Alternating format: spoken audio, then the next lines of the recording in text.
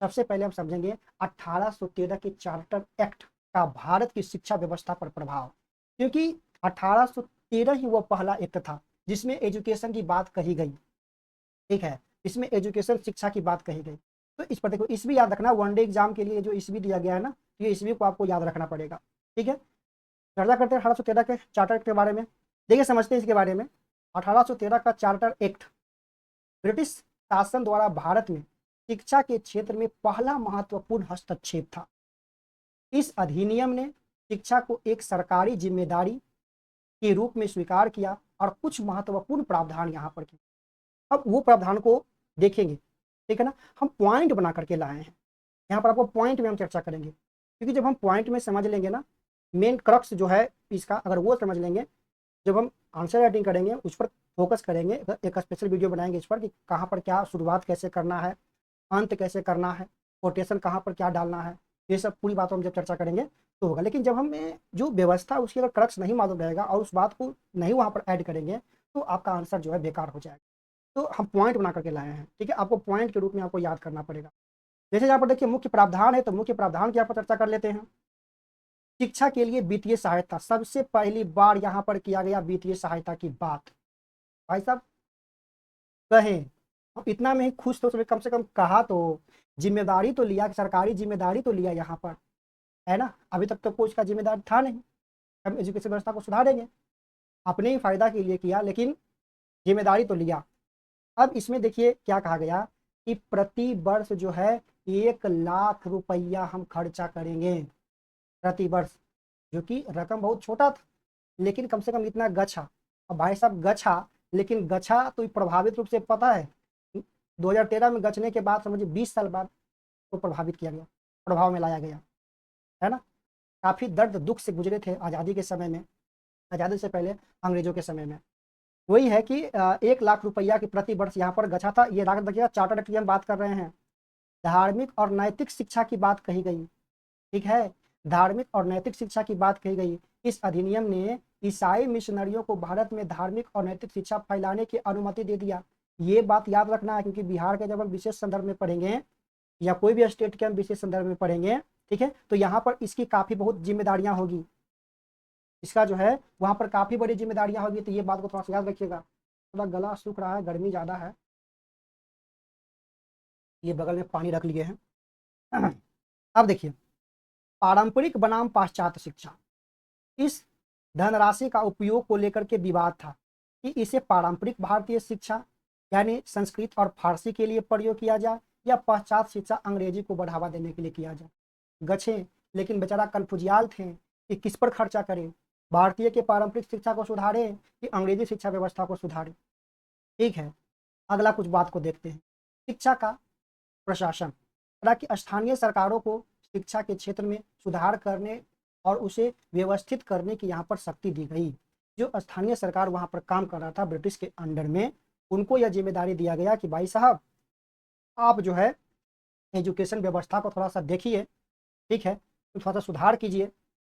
फिर वैज्ञानिक और साहित्यिक अनुसंधान, इस अधिनियम ने भारत में वैज्ञानिक और साहित्यिक अनुसंधान को बढ़ावा देने के लिए जो है पहली बार कदम बढ़ाया, क्योंकि वो यहाँ के रीति रिवाज को समझना भी चाह रहे थे, क्योंकि उनको भरोसा था कि हमें तो लंबा चलना है, अभी लंबा करेंगे, ये तो वो तो अपना ही समझ लिए थे। तो वो थोड़ा सा जो यहाँ के साहित्यिक इतिहास को समझने की पूरी कोशिश कर रहे थे, और ऐसे व्यक्ति को तलाश में थे कि जो भारतीय जो संस्कृति है, भारतीय जो साहित्य है, उसको कन्वर्ट करे इंग्लिश में या विदेशी अन्य लैंग्वेज में कन्वर्ट करे, ठीक है, ताकि हम उसके बारे में भी गहराई से जान सके और उसी के अनुरूप हम यहाँ पर उसका शासन चला सके, उस पर शासन चला सके, है ना।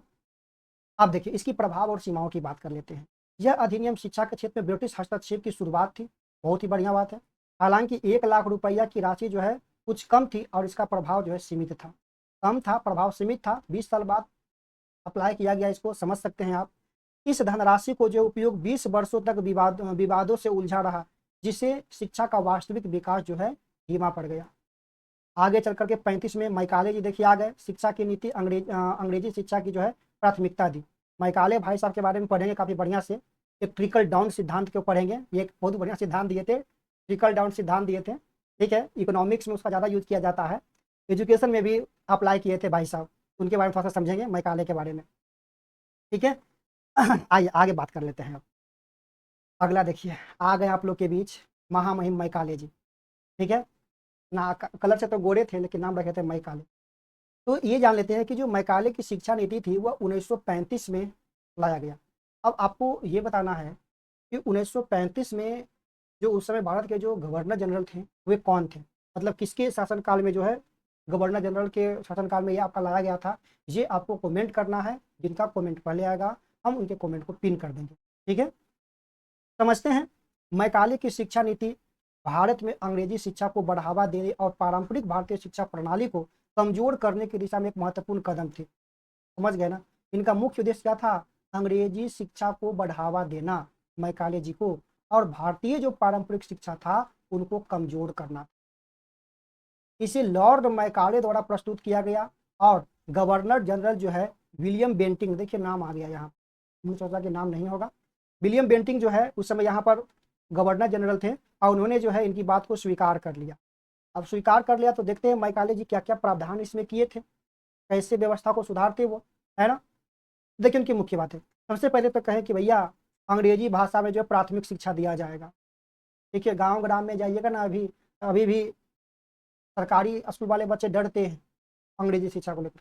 उस समय की बात है जिस समय लोग शिक्षा का जो सब ही नहीं जानते थे। ठीक है, उन्होंने क्या कहा कि अंग्रेजी से प्राथमिक शिक्षा भी जो है अंग्रेजी भाषा में दिया जाएगा। भारतीय शिक्षा प्रणाली में अंग्रेजी को जो है प्रमुख भाषा बनाने की उन्होंने सिफारिश किया। पारंपरिक शिक्षा की उन्होंने उपेक्षा की, मतलब उसको नज़रअंदाज कर दिया। पारंपरिक शिक्षा जो हम लेकर आ रहे थे शुरुआती समय में, उसको उन्होंने उपेक्षित कर दिया, स्वीकार कर दी। जैसे देखिए संस्कृत, फारसी, अरबी जैसे भारतीय भाषाओं में जो दी जाने वाली शिक्षा थी वह उनका महत्व जो उन्होंने कम कर दिया। प्रशासनिक वर्ग का जो है निर्माण, उनका मुख्य उद्देश्य यही था कि अंग्रेजों को ऐसे भारतीय चाहिए थे जो प्रशासनिक कार्यों में सहायक बने रह सके। इसीलिए शिक्षा को जो इस दिशा में उन्होंने मोड़ा, क्योंकि उनका मुख्य उद्देश्य था कि हमारे प्रशासनिक व्यवस्था यहाँ पर सुचारू रूप से चलते रहे, है ना। जो वहाँ से जो मंगाते थे, ब्रिटेन से जो मंगाते थे लोगों को, वो जो है यहीं पर उपलब्ध हो जाए, उनका मुख्य उद्देश्य ये था।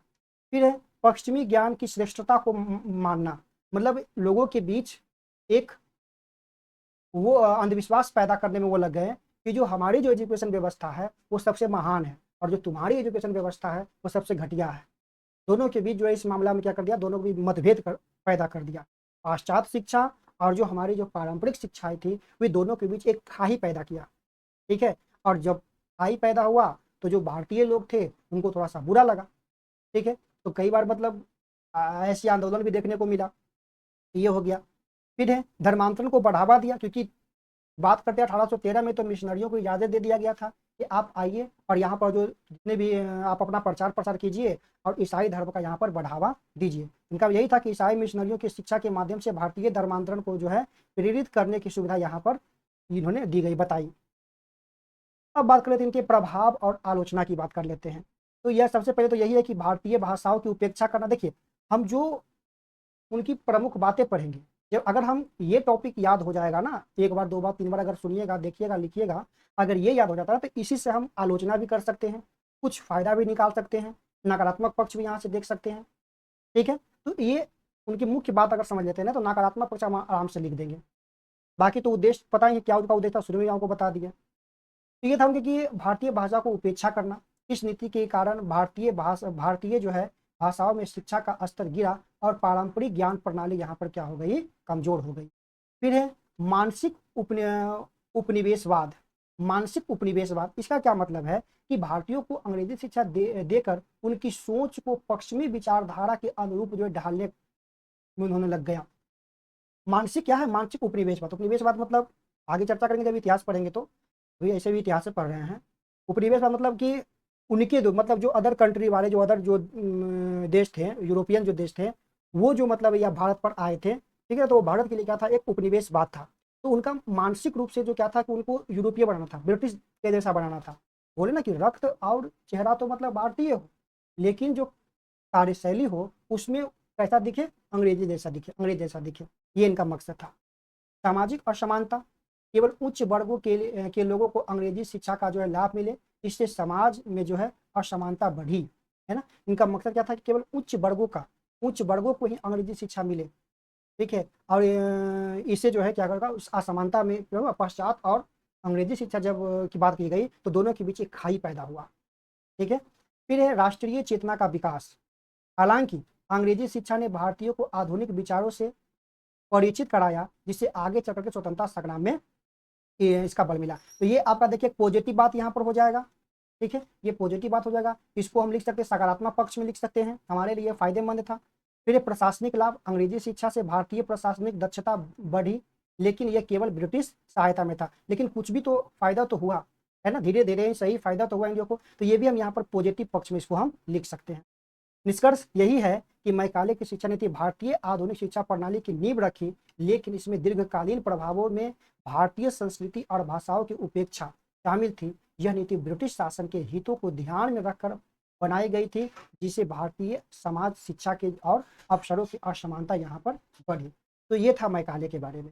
अब थोड़ा सा जो मैकाले का जो ये सिद्धांत दिए थे कि उच्च वर्ग के शिक्षा लोगों को केवल शिक्षा दिया जाए, और जब वो उनका एक सिद्धांत था कि जब उच्च वर्ग के लोगों को हम शिक्षित करेंगे, क्योंकि उस समय एजुकेशन पर खर्चा भी कम कर रहे थे, तो उच्च वर्ग के लोगों को शिक्षित करेंगे तो वे वर्ग जो है धीरे धीरे धीरे धीरे निम्न वर्ग को जो है वो एजुकेशन जो है वो फैलाएंगे।